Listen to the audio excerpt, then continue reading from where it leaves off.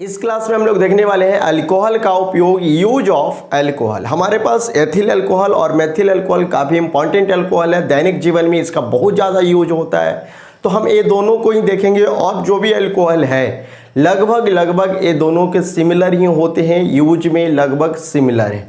तो इसमें दो इम्पॉर्टेंट है, इसलिए हम दोनों को अलग अलग लिख दिए हैं ताकि कभी ज़रूरत पड़े एथिल अल्कोहल का तो उसका उपयोग लिख दें, जबकि दोनों सिमिलर है। मिथिल अल्कोहल का ज़रूरत पड़े तो उसका लिख दें, इथेनॉल और मिथेनॉल। लेकिन अगर कहीं भी अल्कोहल का यूज लिखना हो तो आप किसी को भी लिख सकते हैं, चलेगा। यानी कहीं भी अगर आपसे पूछे कि अल्कोहल का उपयोग लिखे तो आप दोनों में से कोई लिख सकते हैं या मिला जुला कर लिख सकते हैं। हम आपको दिखाने के लिए, यहाँ पर बताने के लिए थोड़ा सा अलग अलग दिखा दिए हैं ताकि आपको अच्छे से समझ में आए कि जब ये दोनों का कभी ज़रूरत पड़े तो आप आसानी से लिख पाए।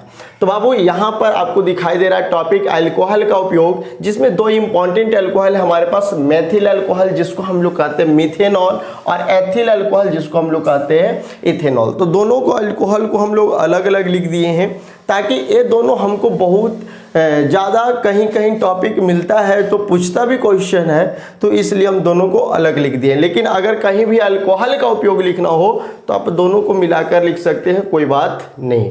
तो सबसे पहले देख लेते हैं मेथिल अल्कोहल का उपयोग। तो इसमें पहला इंपॉर्टेंट इसका जो यूज है बाबू, कहता है पेंट, वार्निश, वसा व सेलुलोज इत्यादि के विलायक के रूप में। अगला पॉइंट है बाबू पेट्रोल के प्रतिस्थापी के रूप में, अर्थात पावर अल्कोहल के रूप में। अगला पॉइंट है, थोड़ा सा स्पीड रहेंगे क्योंकि हम लोग का और भी क्लास अभी बाकी है, उसको भी पूरा करना है। अगला पॉइंट है बाबू formaldehyde, methyl salicylate, methyl chloride आदि बनाने में। देखो इससे हम ऐसे भी बाद में, पहले भी हम इसके पहले भी जब रिएक्शन देखे थे तो उसमें बहुत सारा बात बताए थे कि किस तरह से हम लोग मेथिल अल्कोहल से और भी अलग अलग चीज़ बना सकते हैं। जब मेथिल क्लोराइड बन जाएगा तो इससे हम लोग और भी कुछ बना सकते हैं, डाइक्लोरो मिथेन बना सकते हैं, क्लोरोफॉर्म बना सकते हैं, कार्बन टेट्राक्लोराइड बना सकते हैं। तो ये सारा बात हमने पहले भी देख चुका है।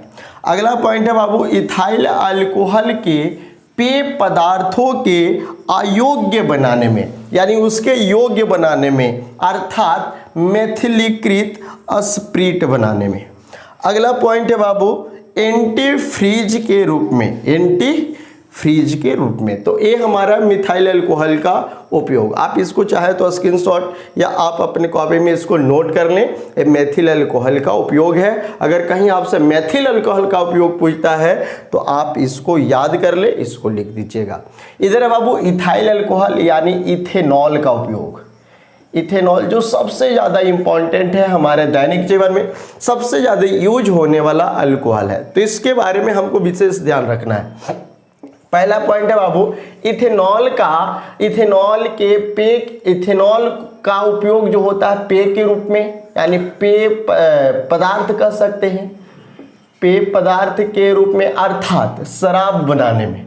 आप सभी जानते हैं कि हम लोग इथाइल अल्कोहल से ही जो संभावित रूप से अल्कोहल मार्केट, या अल्कोहल ही नहीं, जितने भी आपको अल्कोहलीकृत होकर जो भी प्रोडक्ट मिलते हैं, जो भी पेय पदार्थ होते हैं, वो सामान्य रूप से इथेनॉल से ही प्राप्त होते हैं, इथेनॉल से ही बनाए जाते हैं। ये सबसे इम्पॉर्टेंट अल्कोहल है हमारे लिए और बिल्कुल भी ज़्यादा हानिकारक नहीं है। यानी इसका, ये अल्कोहल का उपयोग हम कर सकते हैं औरों के तुलना में। जैसे मैं मिथेनॉल के बारे में पहले ही बताया है कि मिथेनॉल एक तरह से बहुत ही खतरनाक अल्कोहल है। इससे क्या क्या दिक्कत होता है वो पहले जब हम हानि बताए थे, इसका हानि क्या क्या होने वाला है, तो उस कंडीशन में हम इसको डिटेल में बताए थे, तो आप जाकर पहले का क्लास कर ले। तो पहला बाबू इथेनॉल का उपयोग जो होता है पेय पदार्थ के रूप में, अर्थात शराब बनाने में, जैसे वाइन, विस्की, बियर और भी जो भी होता है वो सभी, दारू वगैरह जो भी होता है सभी इससे निर्माण किया जाता है। अगला पॉइंट है बाबू क्लोरोफॉर्म। हाँ, सिरप वगैरह जो आप मेडिकल स्टोर से सिरप वगैरह लेते हैं, वो सिरप में भी इसी इथेनॉल का, इथाइल अल्कोहल का प्रयोग किया जाता है। अगला पॉइंट है बाबू क्लोरोफॉर्म, एसेटिक अम्ल, एसेटल्डिहाइड, कार्बन टेट्राक्लोराइड आदि बनाने में। ठीक है। अगला पॉइंट है बाबू कार्बनिक यौगिक के विलायक के रूप में, कार्बनिक यौगिक के विलायक के रूप में। अगला पॉइंट है पेंट, रंजक, परफ्यूम, वार्निश, परलाच, टिंचर आदि के विलायक के रूप में।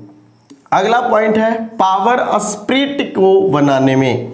और लास्ट पॉइंट है बाबू परिशुद्ध अल्कोहल, मेथिलीकृत स्प्रिट आदि के उद्योग में।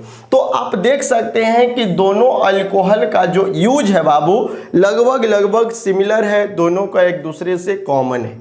तो आपको एक बात ही याद रखना है कि अगर हमको कहीं भी ज़रूरत पड़े मिथाइल अल्कोहल तो इसको लिख देंगे, इथाइल अल्कोहल तो इसको, और अगर अल्कोहल पूछ दे यानी सिर्फ पूछे कि अल्कोहल का उपयोग लिखे तो आप दोनों में से मिलाकर जो मन करता है लगभग सिमिलर है तो दोनों में से आप किसी को भी लिख दीजिएगा तो आपका सही हो जाएगा। तो ये था हमारा अल्कोहल और अल्कोहल का उपयोग। अब हम लोग देख लेते हैं फिनॉल और ईथर का उपयोग। तो चलिए दोनों को हम लोग यहाँ पर दिखा दिए हैं। तो इधर हमारा लिखा हुआ है बाबू यूज ऑफ फिनॉल यानी फिनॉल का उपयोग, और इधर है हमारा ईथर का उपयोग। तो सबसे पहले हम लोग फिनॉल का उपयोग देख लेते हैं। तो इसमें सबसे पहला पॉइंट है बाबू फॉर्मल्डिहाइड बहुलक, फॉर्मल्डिहाइड बहुलक जैसे बैकेलाइट आदि बनाने में। ठीक है ना।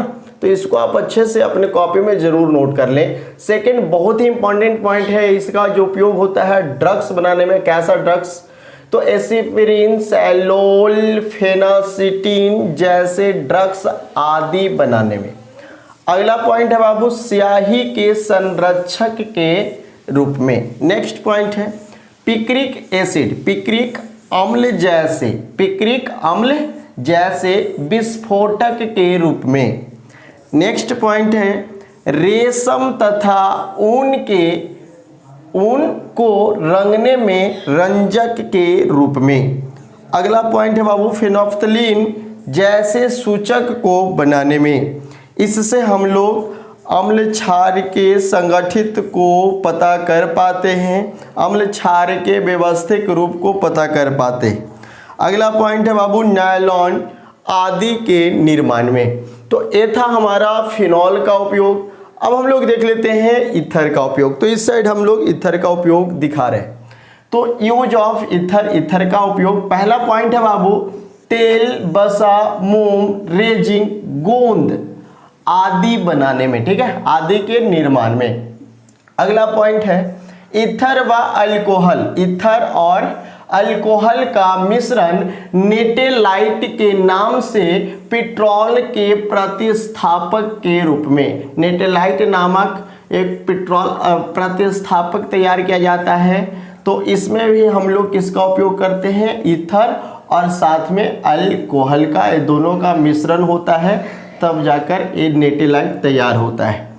अगला पॉइंट है बाबू ईथर व ठोस, यानी ईथर और ठोस कार्बन डाइऑक्साइड यानी कार्बन डाइऑक्साइड का ठोसीय रूप का मिश्रण शीतलता यानी प्रतिशत के रूप में, जो कि बहुत ज़्यादा ठंडा करता है। यहाँ पर नोट में हमने बता दिया है यह बहुत कम ताप यानी लगभग -110 डिग्री सेल्सियस के रूप में ले जाता है। तो कहता है कि यह बहुत कम ताप यानी लगभग -110 डिग्री सेल्सियस उत्पन्न करने में प्रयोग होता है। यानी इसका जो प्रयोग होता है ईथर और कार्बन डाइऑक्साइड के ठोसीय अवस्था को मिश्रण करके हम लोग अत्यधिक ठंडा करने में इसका उपयोग लाते हैं। अगला पॉइंट है बाबू डाई इथाइल ईथर का उपयोग। डाई इथाइल ईथर का उपयोग शल्य चिकित्सा में सामान्य निश्चेतक के